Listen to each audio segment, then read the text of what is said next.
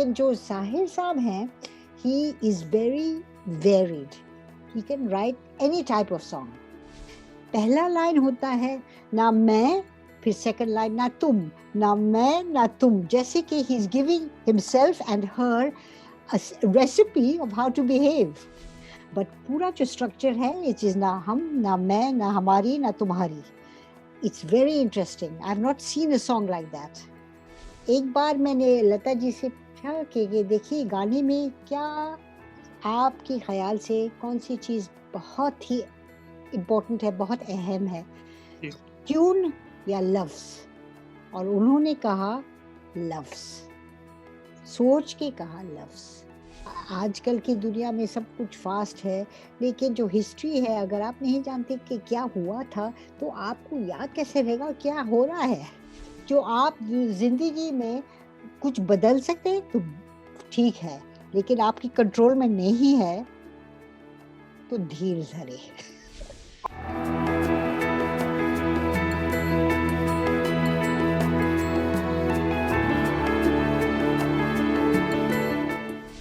नमस्ते, मेरा नाम सौरभ द्विवेदी है. किताब वाला के एक और एपिसोड में आपका खूब स्वागत है. आप ये एपिसोड देख रहे हैं, इसका मतलब किताबों में आपकी दिलचस्पी अब भी बनी हुई है. आपको बधाई हो, आपके बेहतर इंसान बनने की गुंजाइश भी बनी हुई है. किताब वाला में आज की किताब है in the year of Sahir 2021, और कवर पर साहिर की एक तस्वीर जिसमें वो अधलेटे अधबैठे से हैं और कुछ लिखा पढ़ रहे हैं. और किताब के बैक कवर पर साहिर की डायरी है जिसकी कुछ राइटिंग है, जिसमें उन्होंने लिखा है कि कैफी से डिनर पर मिलना है, मुशायरा है, राजेश रोशन से इतने बजे मिलना है, वगैरह वगैरह. ये पूरी तरह से किताब नहीं है, ये पूरी तरह से डायरी भी नहीं है. ये क्या साहिर के बारे में एक किस्म का मेमोयर है? जवाब हाँ और नहीं में हो सकता है. इस चीज को कई ढंग से व्याख्यात किया जा सकता है, और इसके लिए हम चलेंगे उनके पास जिन्होंने ये जिम्मा उठाया इस किताब को, इस डायरी को, साहिर की इस याद को एक दिलचस्प और नए ढंग से हमारे सामने पेश किया. वो जिनकी किताबें पढ़कर सिनेमा के बारे में मैंने कुछ अहम समझ हासिल की अपने कॉलेज और यूनिवर्सिटी के दिनों में. नसरीन मुन्नी कबीर, बहुत बहुत स्वागत है एक बार फिर से किताब वाला में आपका. Thank you so much. It's always a pleasure to talk to you. Very kind of आप यू. बहुत लोग हैं जो बात करते हैं किताबों के बारे में, लेकिन पढ़ते कम हैं, और आप एक शख्स हैं जो पढ़ते भी हैं और अच्छी तरह से बात भी कर सकते हैं किताबों के बारे में. Thank you. ये बताइए कि यूके में इस वक्त हालात कैसे हैं, टेम्परेचर एंड हेल्थ दोनों अ, पैरामीटर? अच्छा, पहले तो टेम्परेचर कुछ ठीक हो गया है. एक बहुत सर्दी थी और अब 15 डिग्रीज है, तो काफ़ी अच्छा है. लेकिन यहाँ जो है ना, जो सूरज या धूप जो निकलती है, वो बहुत ही, क्या बोलते हैं, I don't know what the right word is, but whether it's हरजाई मुझे नहीं मालूम कौन-सा है ये लफ्ज़, लेकिन वो निकलते हैं और फिर गायब हो जाते हैं 10 मिनट में या 2 घंटे में. किसी को कोई नहीं कह सकता है कि भरोसा है सूरज पर. ये हालत है लंदन का. फिर लॉकडाउन भी है. लॉकडाउन का मतलब ये है कि आप बाहर तो जा सकते हैं, अ, कुछ खरीदने के लिए खाने की चीज़ें, या केमिस्ट के पास, या अगर डॉक्टर के पास जाना है, वो सब हो सकता है. तो आप बाहर कहीं पार्क में मिल सकते हैं. लेकिन मुझे नहीं समझ में आया कि वो क्यों सोचते हैं कि आप ठंड में खड़े रहेंगे पार्क में और अपने दोस्त से कुछ गुफ्तगू करेंगे, नहीं करेंगे. तो मिलना-जुलना बहुत कम हो गया है. सिर्फ़ ज़ूम पे, व्हाट्सऐप पे, और फिर ऐसे ही ज़िंदगी गुज़र रही है. जिंदगी गुजर रही है, और जिंदगी के गुजरने के इसी क्रम में आप नए सिरे से साहिर की दुनिया में दाखिल हुई. जी. और इसको पढ़ते वक्त मुझे साहिर से अपना भी एक कनेक्शन मिल गया, तारीख हाँ, वाला कनेक्शन. 8 मार्च को साहिर पैदा हुए थे, और 8 मार्च को मेरी जिंदगी में भी कुछ बड़ा हुआ था, जो पैदा होने के बाद सबसे बड़ी घटना होती है कई हाँ, लोगों के लिए, उनमें मैं भी हूँ. So now I have one personal connection with Sahir. और यस, ये हाँ, कितना दिलचस्प है कि इंटरनेशनल विमेंस डे भी उसी दिन होता है. हाँ, सही बात है. लेकिन आपके ये क्या इंसिडेंट था आपकी ज़िंदगी में? देखिए, साहिर ने तो शादी नहीं की, मोहब्बत कईयों से उनको हुई इसका जिक्र आता है, और किसी की जाती जिंदगी पे क्या ही कमेंट करना।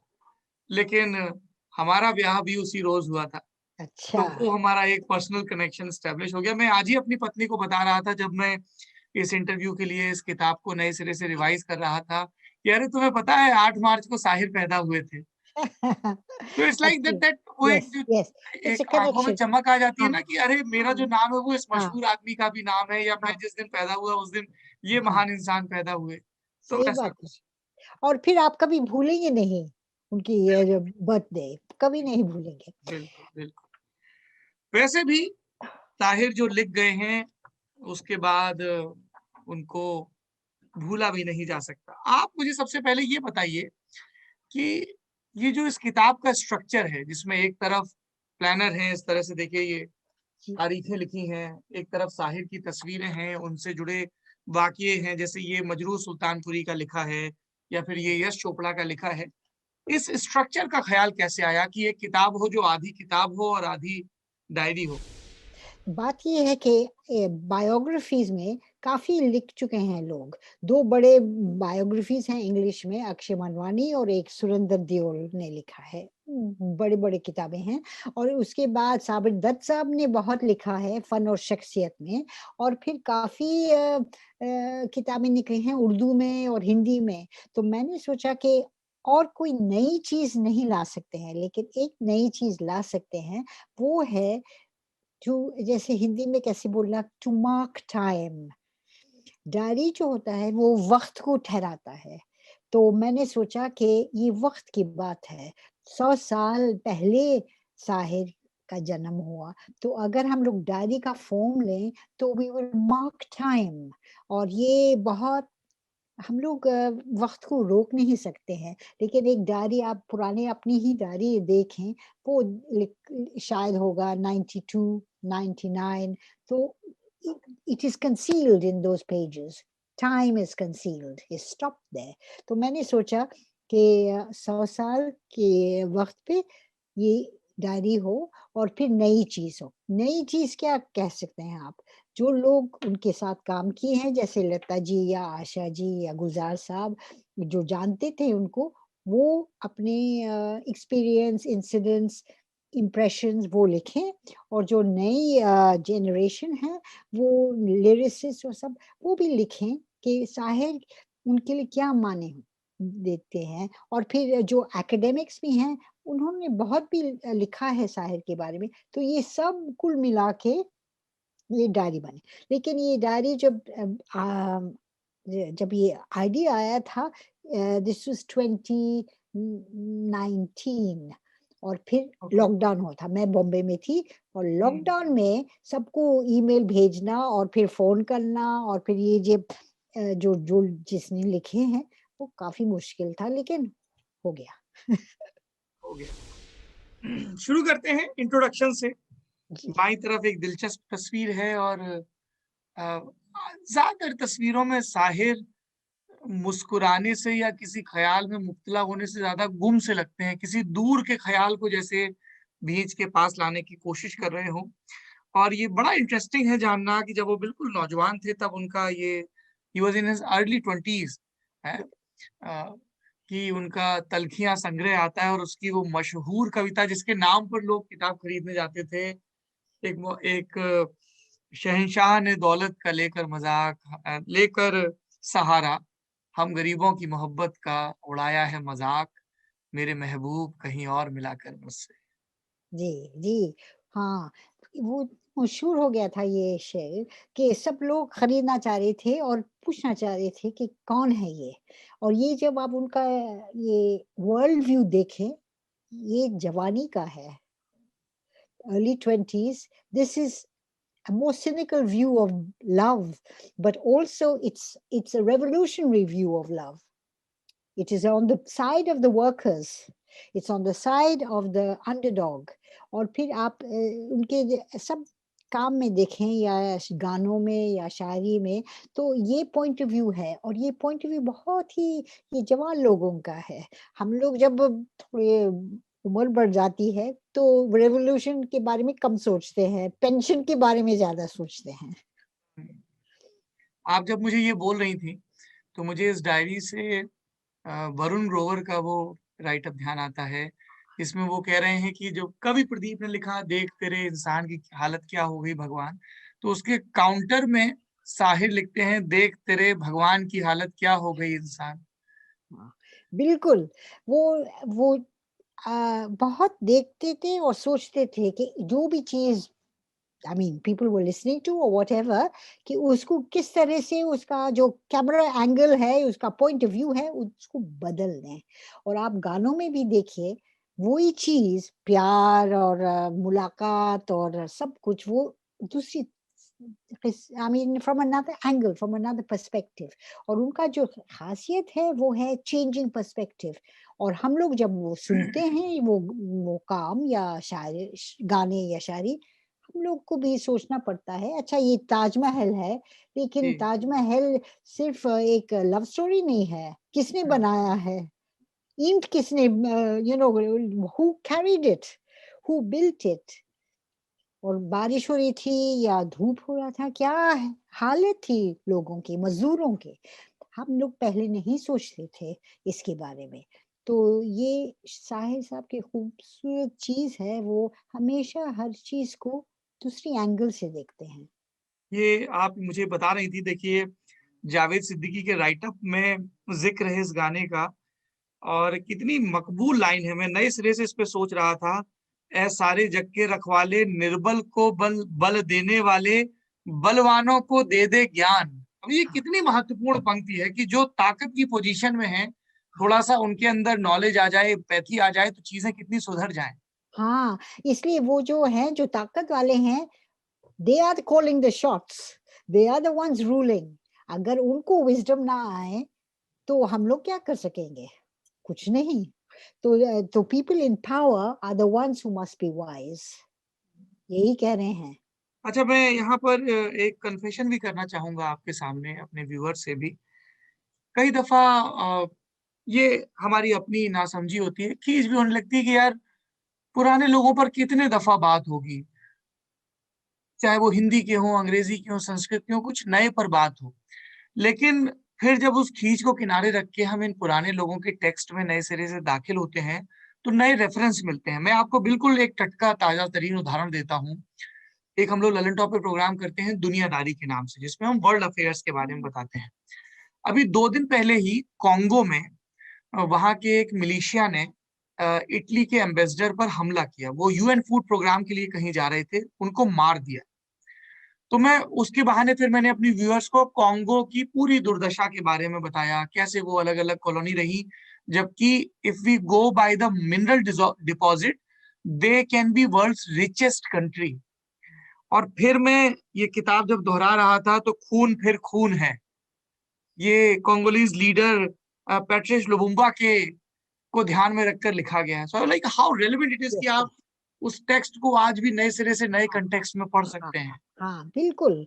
और जो असलियत, आई मीन जो आर्ट है, जो शायरी हो या पेंटिंग हो या सिनेमा हो, अगर वो इट इज टाइमलेस, कि वक्त ने उनको कैसे बांध नहीं दिया, वो क्लासिक चीज होती है।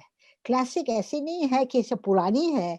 Classic is something that it traverses time, covers and carries time, and ये जो पुराने गाने हैं और पुराने ख्यालात हैं, अगर यूनिवर्सल हैं तो टाइमलेस हैं।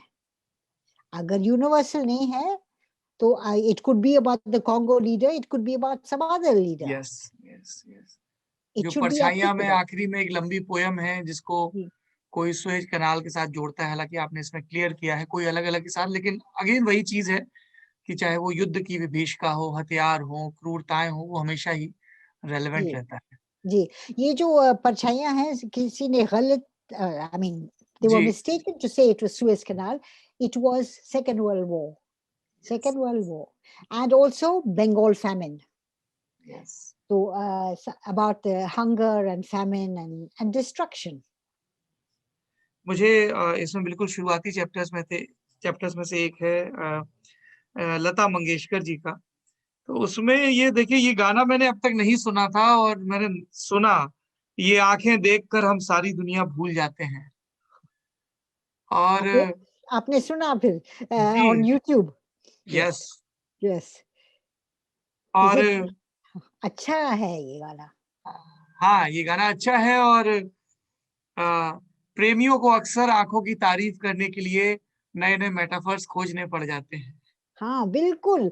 आँखें तो I remember interviewing Raj Khosla one time और वो गुरुदत्त जी के बारे में कुछ बोल रहे थे और उन्होंने कहा कि गुरुदत्त को मालूम था कि the most important thing are the eyes and in all poetry it is the eyes because अगर आप गुरुदत्त जी की फिल्म देखें तो हमेशा वो क्लोज अप होते हैं और आपका अटेंशन जो है वो आंखों पे है yes. So that is his poetic touch लेकिन जो साहिर साहब हैं he is very varied he can write any type of song yes. देखिए आप सर जो तेरा चकराए वो तो it's not exactly comic but it's almost satire Kausar Munir ने इसको अपना फेवरेट सॉन्ग बताया इसीलिए आपसे बात हाँ करते हुए। जी जी because look at the structure yes, he's it's as if it's a मालिश वाला but in the मालिश वाला there's a political point of view yes. सब लोग सर झुकाएंगे उनके सामने और you know वो बड़े आदमी हो जाते हैं because he's in charge of your head so वो that kind of wit and humor बहुत जबरदस्त है बहुत जबरदस्त है गुलजार साहब ने भी देखिए कितनी मार्के की बात नोटिस की। अ, एक तो यही चलो एक बार फिर से अजनबी बन जाए हम दोनों। कितने नए ढंग से उसको कह रही हैं और जो उन्होंने खासियत बताई जिसके बाद हमें भी लगता है कि कई ऐसे मशहूर गानों के स्ट्रक्चर को, उनकी लाइन्स को लैंग्वेज की वैरायटी के कंटेक्स्ट में भी देखा जाए। वो जब लिखते हैं कि मन रे तू काहे ना धीर धरे and then Gulzar explains. yes he explains that every word is pure Hindi but if you add man re it becomes softer more intimate tu kahe is again awadhi so he dheer dhare is classic Hindi so he's yes, moving between the different linguistic worlds and it's seamless and किसी कोई भी नहीं कह सकते हैं कि वो समझ में नहीं आता उनको ये line because it's actually very simple Sahir की एक बहुत बड़ी खासियत है कि वो पहला जो लाइन होता है गानों का इसलिए मैं शायरी को कम जानती हूँ कि जब जी, गाने में आप देखेंगे तो बहुत सिंपल लाइन है जैसे कि अभी ना जाओ छोड़कर कि दिल अभी भरा नहीं ये तो बहुत सिंपल लाइन है और वो क्या करते हैं सिंपल लाइन से आपको एक दरवाजा जैसे खोलते हैं जी, आप एक अंदर वर्ड पकड़ा चलिए देते हैं। हाँ बिल्कुल और फिर आप अंदर जाएँगे इस दुनिया में और फिर आप देखेंगे द होल सॉन्ग अभी ना जाओ is a very deep analysis of what love is, the nature of love और ये करते हैं, बार-बार करते हैं अभी और अभी तो आई हो बहार हाँ, बनकर छाई हो। हाँ, और वो शब्द की आवृत्ति ऐसा लगता है जैसे किसी खूबसूरत चेहरे की ठोड़ी पर एक तिल लगा दिया हो आपकी नजर को टाक के बांधने के लिए ताकि हाँ, नजर न जाए बिल्कुल, कहीं और हाँ, बार बार बिल्कुल, नजर वहां जाए। हाँ, बिल्कुल and it's a play of love, what is love? आप ज़रा देखेंगे जब पूरे गाने को तो ऐसे ही है और बार-बार ऐसे करते हैं। अगर वो दूसरे गाने देखें वो वेरी पॉपुलर चलो एक बार फिर से देयर अजनबी बन स्ट्रक्चर जाए हम दोनों। हाँ, शोएब जी वहाँ का वो जो स्ट्रक्चर है मुझे तो बहुत इंटरेस्टिंग लगा। क्यों? पहला लाइन होता है ना मैं फिर सेकंड लाइन ना तुम, ना मैं ना तुम जैसे कि he is giving himself and her a recipe of how to behave. और फिर लास्ट लाइन में वो चेंज कर लेते हैं, ताल्लुक तारुफ करते हैं। बट पूरा जो स्ट्रक्चर है ये चीज़ ना हम, ना मैं, ना हमारी, ना तुम्हारी। It's very interesting. I have not seen a song like that. और जब आप मुझे ये बता रही थी मुझे ध्यान आ रहे थे साहिर के वो सारे झगड़े की हर दफा हम म्यूजिक पर गाने की को क्यों चढ़ाएं रंदा पहले से फिक्स है आप घिस रहे हैं कभी हाँ, ऐसा भी तो हो कि लिख दिया और फिर उसके हिसाब से म्यूजिक हाँ। बने। बहुत, बहुत बार काफ़ी पूरे गाने और मजरू साहब हमेशा कहते थे कि साहिर को ज़्यादा नहीं मालूम था कि किस तरह से लिखा जाए ट्यून पे।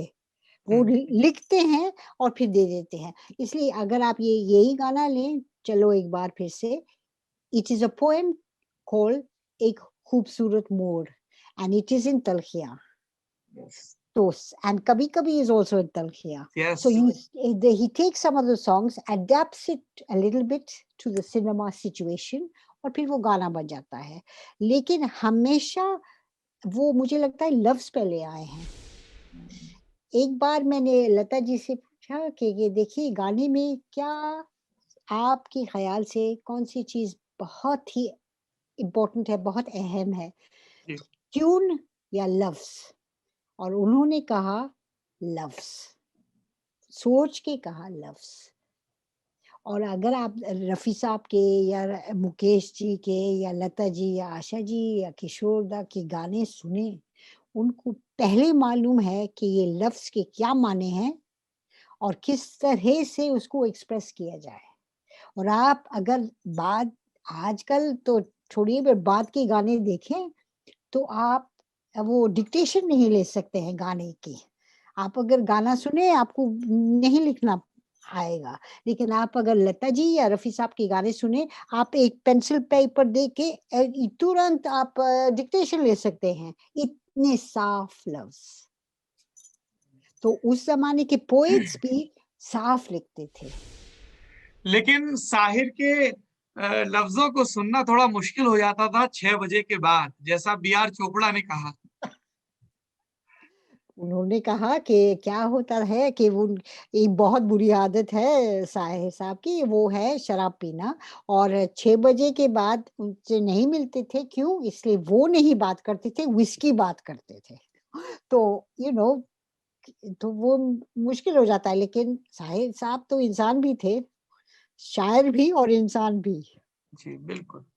देखिए, इसमें कितना दिलचस्प किस्सा है जो बी.आर. चोपड़ा के हवाले से आपने दिया है साधना फ़िल्म के लिए कि जी. मुझे नहीं पता आप इस गाने को कहाँ इस्तेमाल करेंगे, मैंने किसी सिचुएशन के लिए नहीं लिखा है, पर मुझे लगता है कि ये गाना आपकी पूरी फ़िल्म के मूड को, सेंसिटिविटी को, ख़्याल को रिप्रेज़ेंट करता है. बिल्कुल, और वो गाना जो है औरत ने दिया जन्म मर्दों को, ये गाना it's become like an anthem, इतना इम्पोर्टेंट हो गया है. वो बिल्कुल. काफ़ी लोग फ़िल्म भी नहीं देखे हैं, लेकिन ये जी. गाना जानते हैं. और बात ये है कि सब लोग कहते थे और कहते हैं कि साहिर साहब बहुत ही नज़दीक थे उनकी माँ के साथ. He respected her and loved her. So he सरदार हैड बेगम. हाँ, बिल्कुल. और वो हमेशा he has a respect for women. He may not have married or anything, but he had a deep respect for women, and he sees the suffering of women. वो प्यासा में भी है काफ़ी गाने ऐसे, और फिर औरत ने दिया. और वो हमेशा देखते थे कि they should be seen as equal, as equal. If anything, he's anti-male in those songs. ये देखिए मैं अमित खन्ना वाले पन्ने पर हूँ जी. और औरतों के अलावा जो एक चीज़ बहुत दिलचस्प है साहिर के गानों में, एक तो वो प्रगतिशील लेखक संघ से जुड़े थे, सज्जाद ज़हीर और वो पूरा एक ग्रुप था, वो चीज़ तो है ही. अ, सेंस मतलब फिलॉसफी किस कदर है, मतलब आपको उनके गानों में गीता का दर्शन दिखेगा, निष्काम कर्म का, मतलब मैं ज़िंदगी का साथ निभाता चला गया से लेके कई, जैसे इरशाद कामिल ने अपने राइट अप में ज़िक्र किया कि जब-जब मुझे दिक्कत हुई इस गाने ने मुझे हौसला दिया है. जी. या फिर ये इसमें देखिए ये अमित खन्ना वाले राइट अप की मैं बात कर रहा था, जी. जब वो कहते हैं कि सबसे मुश्किल होता है किसी का एक गाना चुनना, लेकिन अगर मुझे चुनना होगा, तो मैं चित्रलेखा का गाना चुनूँगा, मन रे तू काहे ना धीर धरे, जिसका गुलज़ार साहब भी ज़िक्र करते हैं. कितनी सुंदर पंक्ति है. इस जीवन की चढ़ती-ढलती धूप को किसने बाँधा, रंग पे किसने पहरे डाले, रूप को किसने बाँधा, काहे ये जतन करे, मन रे तू काहे बहुत ना धीर. हाँ, और ये जो क्वेश्चन है, काहे ये जतन करे, ये बहुत इम्पोर्टेंट क्वेश्चन है. जो आप जिंदगी में कुछ बदल सकते हैं तो ठीक है, लेकिन आपकी कंट्रोल में नहीं है तो धीर धरे. और उसी और का आशा जी भी ज़िक्र कर रही हैं, आगे हाँ, भी जाने न तू, पीछे हाँ, भी जाने न तू, जो भी है बस यही एक पल है. बस हाँ, बिल्कुल. वो he was living in the moment, in the moment, and that makes him very modern thinking. It's a modern thinking. He's not also what you call it, glorifying, romanticizing the past. Yes. Lives in the moment, and again, this makes him modern, makes him across time and still be relevant. How do you stay relevant today is a big problem. It's a deep understanding of life. Because that is pretty eternal, you know. और एक और बात मैं जरूर कहूंगी कि ये जो डायरी है वो तस्वीरें से बहुत बनी है और जो Yes. तस्वीरें हैं वो एक शख्स जो बिल्कुल फिदा है साहिर के, फैन है बिल्कुल नंबर 1, मीसम रजा, और उसी का कलेक्शन है ये। एंड ही और वो वाज तस्वीरें हासिल करने का किस्सा बड़ा कमाल है, वो जरूर बताइए मेरे कमाल व्यूअर्स है को। that he came from Delhi और फिर वो बॉम्बे आए और फिर वो साहिर साहब के घर गए। घर क्या, एक बिल्डिंग है जुहू में और परछाइयां। परछाइयां नाम रखा है, और फिर सेकंड फ्लोर पे साहिर साहब का फ्लैट था। और ये जब गुजर गए उनकी माँ और उनके कजिन्स पता नहीं कहाँ चले गई, लेकिन उनकी माँ का इंतकाल हुआ और फिर इसके बाद साहिर साहब का, और फिर ये अपार्टमेंट सालों सालों सालों बंद रहा। तो ये आदमी मीसम रजा जो बहुत फैन थे वहां गए और उन्होंने पूछा कि देखिए मैं जा सकता हूँ, देख सकता हूँ साहिर साहब का फ्लैट। और उन्होंने कहा कि आज जो है लोग आ रहे हैं, पूरी चीजें जो अंदर हैं एक रड्डी वाले जैसे वो जी। सब फेंकना है, और आप कुछ कुछ मिल जाए तो ले लो। और उन्होंने एक छोटा सा एल्बम देखा एक टेबल पे, लाल कवर एल्बम। उसने वो लेके निकल गए। और फिर सालों के बाद मेरी मुलाकात हुई मीसम रजा से और वो मुझे ये खजाना बताया। और ये जो तस्वीरें हैं वो साहिर साहब का कलेक्शन है। आप देखिए बहुत पर्सनल तस्वीरें हैं और जो साहिर साहब को पसंद थे उन्होंने रखा था। और एक और बात, एक तस्वीर है, मुझे I must show you my जो वो फेवरेट। मदर के साथ बैठे हुए हैं, एक हाथ में हाँ हाँ, सिगरेट और सिगरेट मदर और किताब देख रही हैं, ये वाली? ये बहुत अच्छी है, लेकिन मुझे ये बहुत पसंद है। Yes. It's a beautiful, contemplative, and he looks very, very peaceful. But देखिए आप हर फोटोग्राफ में देखेंगे वो बहुत अच्छे स्मार्ट कपड़े पहनते थे, very smartly dressed, he was very smartly dressed man. ये बहुत पसंद है। और फिर एक और तस्वीर जो हिस्टोरिकली बहुत इंटरेस्टिंग है सौरभ जी, मैं आपको फिर बताऊंगी इसके बारे में। ये तस्वीर, बहुत सारे लोग हैं इसमें। हाँ, लखनऊ की ये तस्वीर। हाँ, और फिर ये जो पहला एडिशन निकला था, मुझे जितने भी हो सके नाम जो जो लोग हैं इस तस्वीर में उनके नाम लिखना चाहिए था कैप्शन में। और फिर जब ये एडिशन निकला तो फिर एक हमारे एक दोस्त है, उन्होंने कहा अरे ये तो हमारे ग्रैंडफादर हैं। और फिर जावेद साहब ने कहा ये जो छोटा लड़का है इस्मत चुगताई के साथ, ये मेरा छोटा भाई है सलमान अख्तर। तो फिर जो री एडिशन हुआ है इस डायरी का, तो नाम लिख दिया है Salman Akhtar, younger brother of Javed Akhtar. ये देखिए, that was, it's like a mystery, you know. ये जो चीजें हैं मीसम रजा के I mean thanks to him. और फिर ऐसे कैप्शन ढूंढना, मुझे लगता है कि ये शायद थोड़ा डिटेक्टिव वर्क होता है, लाइक शर्लक होम्स। तो कहाँ से मिलेगा ये? मैंने ये तस्वीर एटलीस्ट 10 लोगों को भेजे थे कि मुझे बताएं कौन है इसमें, कौन है। देखिए, इसमें मैंने बहुत सारी चीजें पढ़ी। जावेद साहब का वो किस्सा तो बड़ा मशहूर है कि 200 रुपए उन्होंने मेरी जेब में हाँ, डाले थे, और जब मैं उनकी कब्र से लौट रहा था तो वो आया कि साहब 200 रुपए तो आखिरी आखिरी में वसूल लिए। रमेश सिप्पी ने जो किस्सा सुनाया मुझे वो भी बड़ा दिलचस्प लगा कि ये गाना है कि अब वो करम करे या सितम करे, मैं नशे में हूँ, मुझको ना कोई होश ना गम, मैं नशे में हूँ। लेकिन ये गाना देने को राजी नहीं थे। क्यों राजी नहीं थे बताइए? इसलिए कि जीपीसीपी उस जमाने में वो पीते नहीं थे, शराब नहीं पीते थे, लेकिन साहिर साहब ने उन्हें कहा कि ये गाना आपको कैसे दूं, आप शराब भी नहीं पीते हैं तो आपको मजा कैसे आएगा ऐसे इस आदमी का गाने क्या से। भरोसा। हाँ, तो फिर रमेश सिप्पी ने कहा कि उस रात वो ही poured himself his first drink, पहला जो ग्लास भर के विस्की पिया था वो ही रात। ये बहुत बड़ी चीज है। I have to go back, Saurabh ji, to this photograph again, this big photograph. आप देखेंगे इस फोटोग्राफ में मजाज साहब बैठे हैं जी और ये तस्वीर जो है 4 तारीख दिसंबर 1955 को ले गई। This one was taken and Majaz died on the next day. So this is probably the last picture of Majaz. So ये history जो है ये गायब हो रही है। Where can we find all this history? people like you are very meticulously preserving this history. We are blessed, I must say. We are hoping to preserve more, but it's difficult with COVID. But I'm sure others will get inspired. I hope so. I hope so. Because क्या है कि history जो है अभी आजकल की दुनिया में सब कुछ फास्ट है, लेकिन जो हिस्ट्री है अगर आप नहीं जानते कि क्या हुआ था तो आपको याद कैसे रहेगा क्या हो रहा है। you know True. because today Very will soon important. be today will be tomorrow. Yes.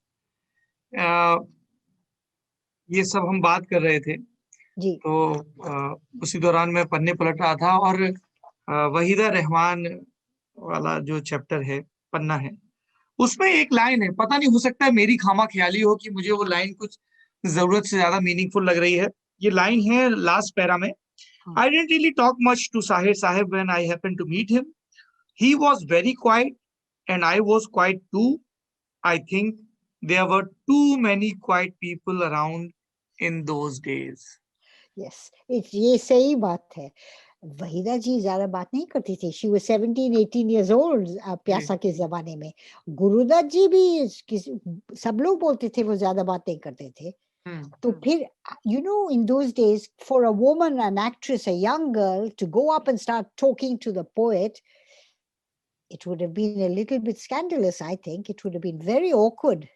आज तो कुछ भी चलेगा, पर उस जमाने में आप देखिए, आप बैठे हैं कुर्सी पे और फिर गुरुदत्त जी हैं और अगर साहिर साहब आए सेट पे, आप किस तरह से उनसे बात कर सकते हैं।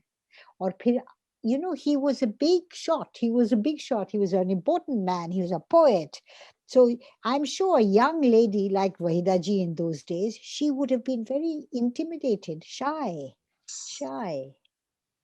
But when you talked about Javed Saab and the whole story about the 200 rupees, one thing that he said which was new, Javed Saab, और मुझे तो बहुत पसंद आया, he said that जब साहिर साहब कुछ परेशान थे, वो अपने बालों को कंघी करते थे। So in that story, Javed Saab says when he was a little bit perplexed or a bit confused, he would stand in front of the mirror and comb his hair. And that's very interesting.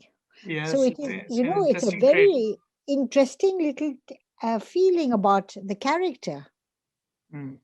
Because when you look at yourself in the mirror, you can go deep into yourself actually, especially if you're combing your hair. Yes, and उसी को मैं थोड़ा सा extend करूं. I've shared it with my friends as well. Whenever you see a woman when she's tying her hair, she's मतलब वो सबसे ज्यादा अपने थॉट्स में होती है, सबसे ज्यादा केयरफ्री केयरलेस जब वो अपने बाल बांध रही होती हैं।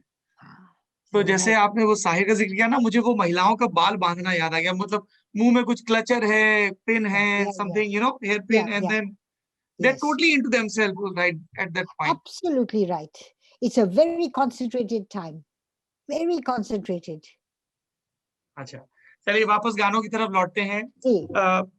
जाकिर हुसैन साहब ने एक बड़ी दिलचस्प टिप्पणी की कि कैसे एक शब्द का एक पंक्ति में प्लेसमेंट इधर से उधर करने से एक अलग किस्म की नजाकत आ जाती है।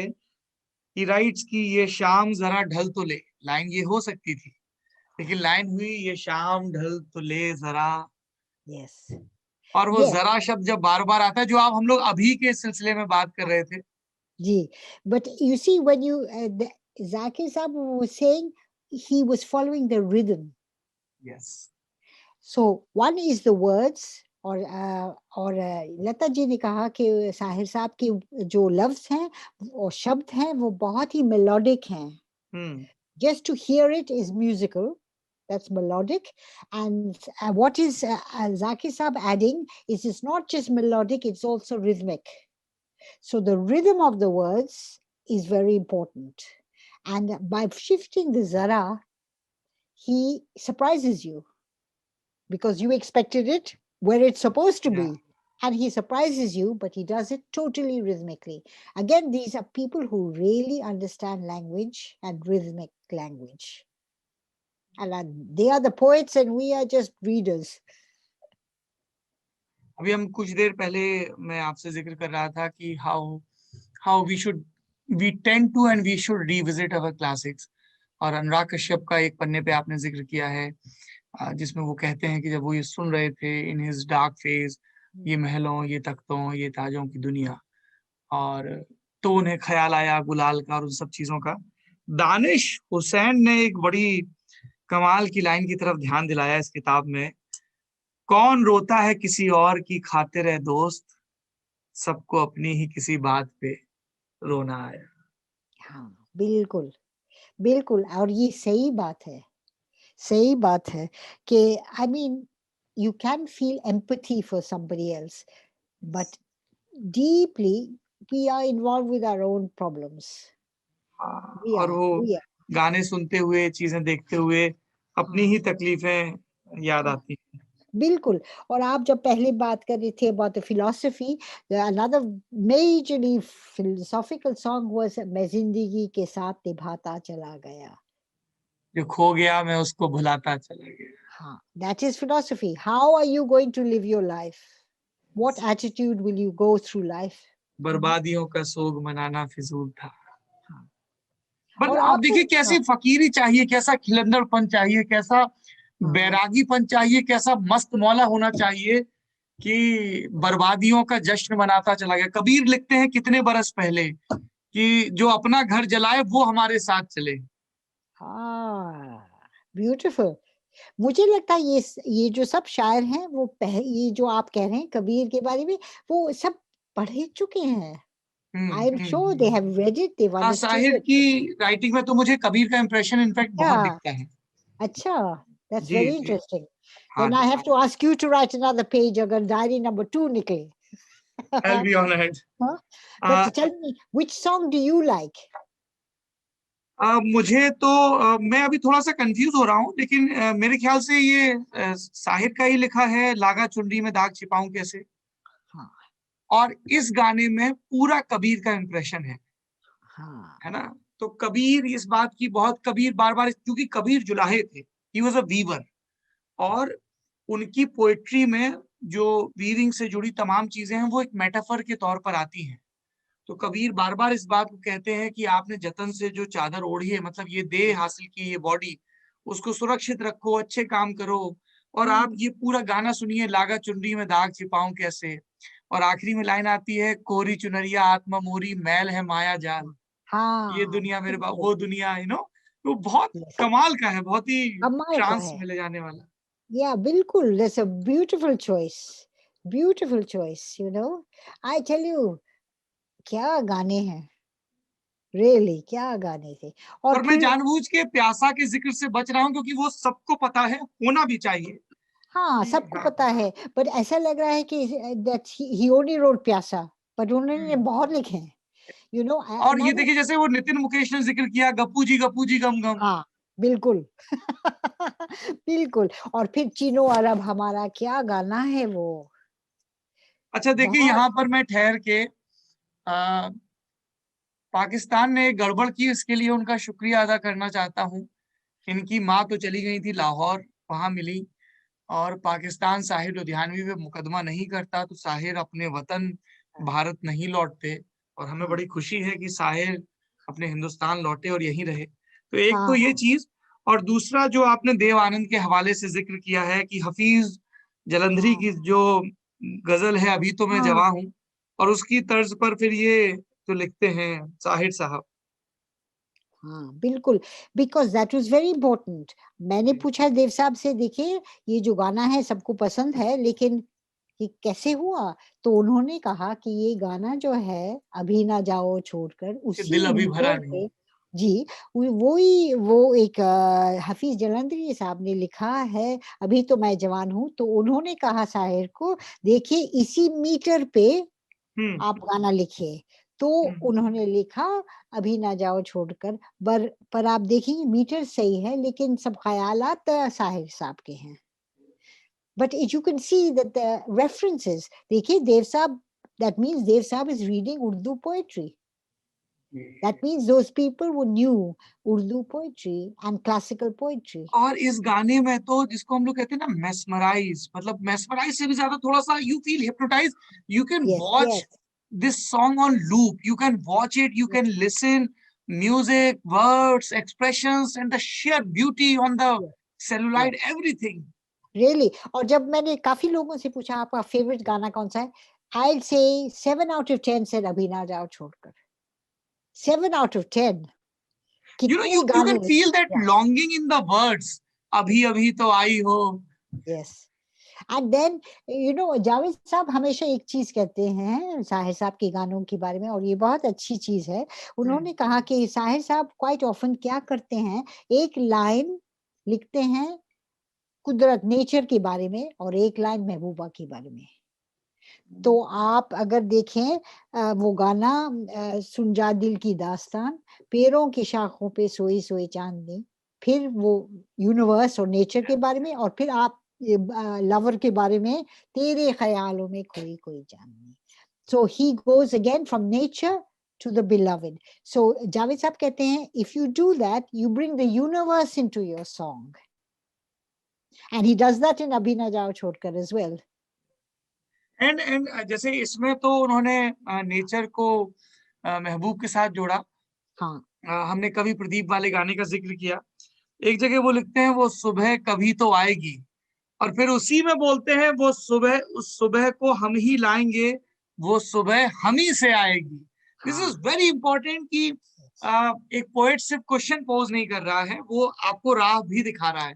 बिल्कुल वो, he gives you the way, the absolutely, और फिर revolutionary way to चलिए, in the bring, last I just want to repeat the epic lines written by Sahir, गम और खुशी में फर्क ना महसूस हो जहां, मैं दिल को उस मकाम पर लाता चला गया। मतलब this is great philosophical line की, खुशी में ज्यादा खुश नहीं, दुख में ज्यादा दुख नहीं, जिसको हम प्रज्ञा भाव, सम भाव कहते हैं, और जिसको अटेन करने के हर कोई हिमायत करता है।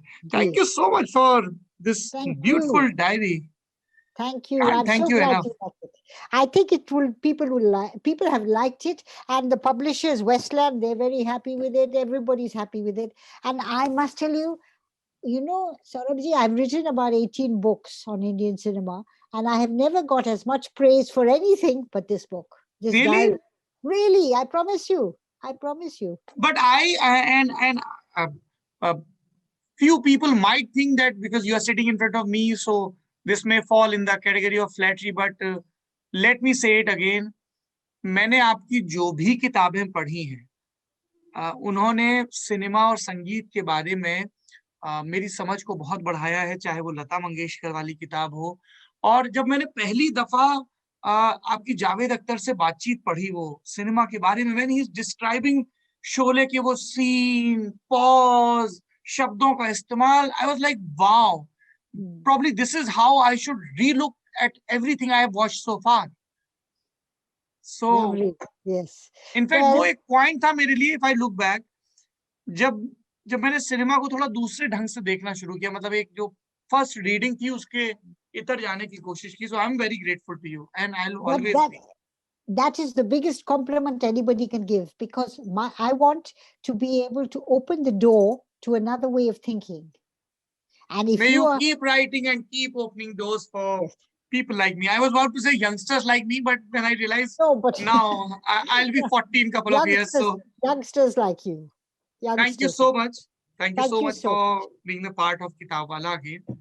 and I hope and sincerely pray that you stay healthy and you write many more books. Thank you so much. Thank you and goodbye from London. Goodbye. किताब वाला का ये एपिसोड आपको कैसा लगा कमेंट बॉक्स में जरूर बताइए। साहिर का कौन सा गाना आपके दिल के करीब है ये भी बताइए। संवाद का सिलसिला चलता रहे ताकि हम यूं ही गुनगुनाते हुए दिल को और दिमाग को तमाम मकाम पर लेते जाते रहें। देखते रहिए लल्लन टॉक।